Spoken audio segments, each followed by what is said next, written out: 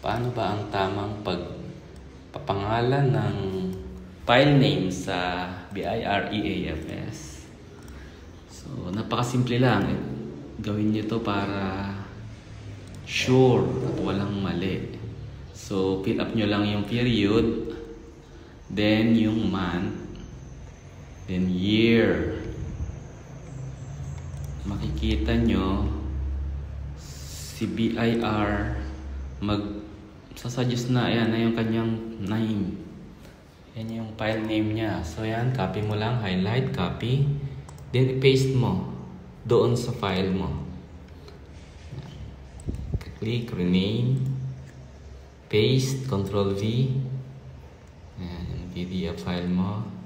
Yan.